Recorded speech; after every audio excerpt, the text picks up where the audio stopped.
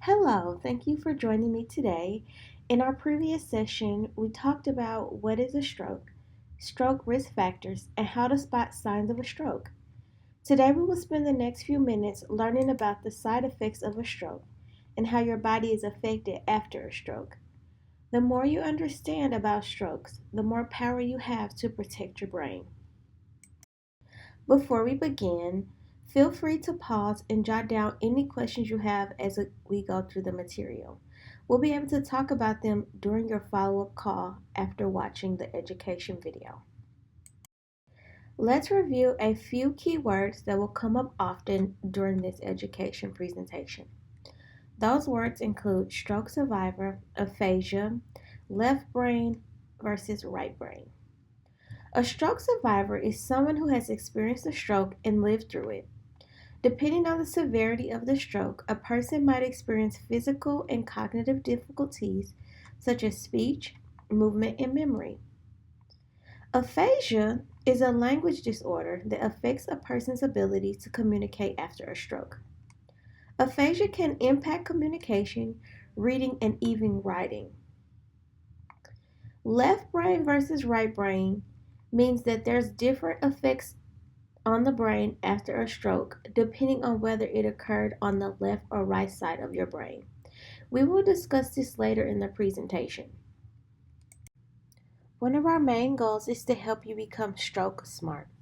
By being stroke smart, you'll be able to recognize the warning signs of a stroke and potentially save your life or the lives of others. Let's go over the acronym B FAST. B is for balance. Is there a loss of balance or coordination? E for eyes. Is there a sudden loss or change in vision? F stands for face. Check if one side of the face is drooping. A is for arms. See if one arm is weak or numb. S is for speech. Listen for slurred speech or does their speech sound strange. T is for time. Get help quickly. Even if you feel like it is a small stroke, it is a warning sign for a future stroke, and medical attention is needed. Remember, some stroke medicines can only be given in the first few hours after a stroke, and the longer you wait to get treatment, the more brain cells can potentially be damaged. So let's review one of the keywords that I mentioned earlier. Who is a stroke survivor? A stroke survivor is anyone that has had a stroke and lived through it. The stroke recovery process can be very challenging, with the aftermath affecting various bodily functions. Some people may often live with lifelong impairments due to a stroke. There are over 7 million stroke survivors in the United States. This reflects the impact that stroke has had on public health in the U.S. Let's take a few minutes to look at a stroke survivor's story. When I was 24, I went to bed with a really bad headache, and I woke up having a stroke.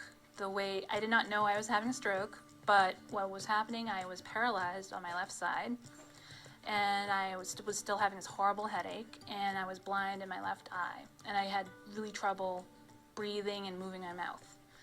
And of course, when you're 24 years old, you don't think you're having a stroke. You just think maybe I just gotten off a plane from Ireland, so I was thinking maybe it's jet lag, maybe I slept funny. So the only way I knew was serious is that I tried to get out of bed. I got out of bed and just promptly keeled over. But luckily, it wound up waking up my mother, who was in the next room and who found me on the floor. And she was able to call 911, and I was taken to the hospital. When I woke up, I was in the ER at the hospital. And again, I had no idea what was going on, but I know I was really, really scared. They had cut my own clothes off of me. And, inserted a lot of leads and a lot of wires in me. And that hurt a lot, and again, I was really confused. I did not think I was having a stroke. I knew my body was not functioning. I knew everyone was acting really urgent and scary for me. I went to inpatient rehab after my stint in ICU. And that was great, but also scary because you got to do a lot of things. You weren't just stuck in your hospital bed. You were able to go out and try to write something or try to pretend to do laundry or stand. Standing was huge. I was very lucky in my recovery from the stroke. I believe the combination of being found so soon and also, in a weird way, being so young means my brain is plastic enough to build new pathways faster than an older person's. So I was able to recover fairly quickly compared to your grandma or your dad. So by the end of my inpatient rehab, I was able to walk alone, unassisted, but my speech was still not up to snuff. And also, having my mother and my friends involved was helpful too, because as you're working on recovering, you totally forget how far you've come. You just know you want to be who you were. That's your goal. That's what's the end of the finish line. But you forgot you were paralyzed. You forgot that you could not say the word professor 5 months ago. But that's what the friends and family are there to let you know.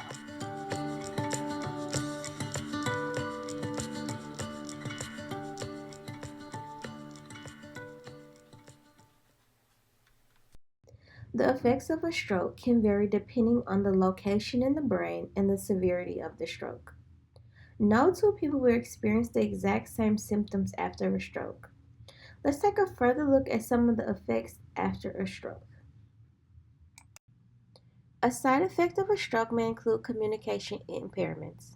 Aphasia occurs when a stroke survivor has trouble with speech or understanding words.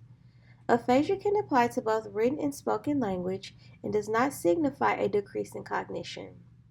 Dysarthria is difficulty with speech due to a physical impairment, such as muscle weakness or incoordination. A speech therapist will be assigned to the stroke survivor to assist with speech and eating challenges. Another side effect of a stroke is difficulty with swallowing, which is called dysphagia. Most often with stroke survivors who are diagnosed with dysphagia, they have issues with drinking and eating. Aspiration is when liquid or food gets into your airway and lungs as you breathe. Symptoms of aspiration include coughing or choking while eating or drinking. A speech therapist will often work on swallowing therapy, such as postural changes while swallowing, diet modifications, and medical procedures such as a barium swallowing exam. Physical effects of a stroke include paralysis or weakness on one side of the body, neglect, which is the inability to notice objects or people on the impaired side. For example, not noticing the other half of your plate while you're eating. And then pain, numbness, or tingling sensations. You may also experience bowel or bladder issues that include trouble controlling when you urinate or have a bowel movement. Or you might feel like you still need to empty your bladder after going to the bathroom. You might get tired more easily. This could be for a few different reasons. It might take more energy to do your daily tasks because of the physical changes to your body. Some medicines may make you feel tired, and new feelings of sadness or worry can make you feel tired as well. You could also experience balance and movement problems. This could be just the inability to stay steady, or it could be hard to move with coordination. Another physical effect of stroke is shoulder subluxation. This occurs when the shoulder joint is partially out of place. 1 out of 3 stroke survivors will experience shoulder subluxation. Due to strokes, often stroke survivors experience shoulder pain. Shoulder pains happen more than any other pain after a stroke. If shoulder pain or subluxation has occurred or is occurring, talk to your doctor for recommendations to occupational and physical therapy. Central pain syndrome is a condition that occurs after a stroke. When a stroke happens, it can cause damage to parts of the brain that process pain. As a result, your brain might start sending incorrect signals, making certain areas of your body feel more pain when there may not be an obvious cause. Stroke patients with central nerve pain syndrome often describe the pain as burning, aching, or even stabbing or sharp sensation.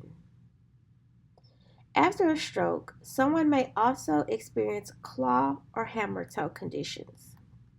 These conditions occur because of abnormal positioning of the toes due to muscle imbalance or nerve problems. There is a variety of treatment methods that can be prescribed by your physician to address these conditions, including physical therapy, orthotic devices, medication, or even surgery. As you have previously learned, a stroke occurs when blood flow to part of your brain is interrupted or reduced, which prevents the brain from getting the oxygen and nutrients that it needs. The effects of a stroke can differ depending whether it occurs on the left or right side of your brain. Let's take a deeper look.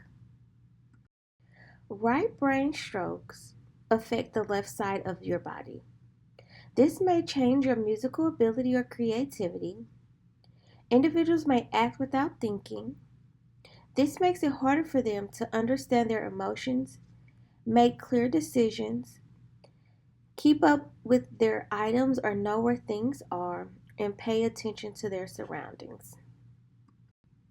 Strokes in the left side of the brain affect the right side of the body. This leads to right-sided paralysis or weakness.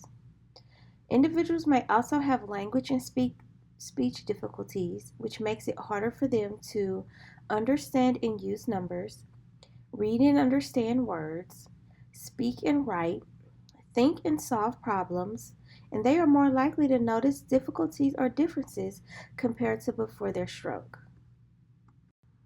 Now let's take a look at the photo comparing the left versus the right side of the brain after a stroke. Here's a photo displaying various sections of our brain and how those sections are impacted by a stroke. If a stroke occurs in the frontal lobe, it might affect your ability to speak, think, move, parts of your body, or exhibit changes in your personality or behavior. If a stroke occurs in the parietal lobe, in this area, you can see an impact on your sense of touch, your ability to interpret physical sensations, or even awareness in space.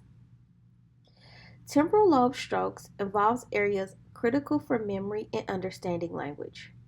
A stroke here might lead to difficulty in communication, memory, or hearing loss. Occipital lobe is located at the back of the brain and is responsible for vision. A stroke in this area could lead to partial or full vision loss. The cerebellum is found underneath the larger part of your brain. It controls balance and coordination. A stroke here could result in dizziness, balance problems, or difficulty with walking. The brainstem. This is a crucial area because it controls many basic life functions such as breathing, heart rate, and swallowing. A stroke in the brainstem can be life-threatening and may cause significant impairments. Another part of the brain that is affected by a stroke is the cortex. The cortex is the outer layer of the brain, which is responsible for the higher level of functions such as speech, voluntary movement, and perception. If a stroke happens in the cortex, it can lead to aphasia, which is also difficulty speaking, weakness in the arms or legs, weakness in the lower part of the face, loss of sensation in the hands or feet, and neglect or ignoring one side of the body. Strokes also affect the inner part of the brain, also known as the subcortex. Subcortical strokes impact motor and sensory control. If a stroke occurs in the subcortex in the brain, the individual may experience the following symptoms: physical slowness, vision problems, memory problems, and behavior changes. When someone has a stroke, it is not just the physical effects like weakness or difficulty speaking that the person may deal with. Depression and anxiety are really common after a stroke since the change in someone's ability to function can be overwhelming. In fact, 1 out of 3 people who have had a stroke feel very sad or hopeless, which can also make you feel more tired. Anxiety causes someone to worry or be nervous about the future or even about everyday tasks. Some people might find themselves feeling angrier than usual or making quick decisions without really thinking them through. Remember, these feelings are a natural part of the recovery process and there are ways to get support. Reaching out to talk with your therapist, friends, family, or even a support group can make a difference in managing these emotions. Let's take a few minutes to watch a video about the personality changes after experiencing a stroke. The recovery process after a stroke can vary person to person, but there is always hope and potential for improvement. It is important to know that everyone's journey is different. About 10% of stroke survivors get better and get back to their usual selves. Then there's a larger group. Roughly 25% who get better will still have small manageable problems. 40% of stroke survivors need significant help due to experiencing bigger challenges. This could include needing assistance with everyday activities, dealing with mental and physical impairments. Nearly 75% of people who have had a stroke each year face even more challenges. Despite these difficulties, it is important not to lose hope. Life may look different, but that does not mean it cannot be fulfilling. Let's recap our material from today. There are several important things to keep in mind when it comes to stroke recovery. After a stroke, a person might require long-term therapy and a good deal of support from caregivers and medical professionals. This may include doctors, nurses, occupational and physical therapists, speech therapists, and even psychologists. Strokes aren't a one-size-fits-all, and it varies person to person. How a stroke affects the body depends on where in the brain it happened and how severe it was. Physical effects might include weakness on one side of the body, difficulty with balance and coordination, or even trouble with everyday activities like dressing and eating. Then there are cognitive effects of a stroke, which can affect thinking, memory, and attention. Some people may find it hard to remember instructions, plan, and even make decisions and concentrate. Finally, there is emotional effect to stroke.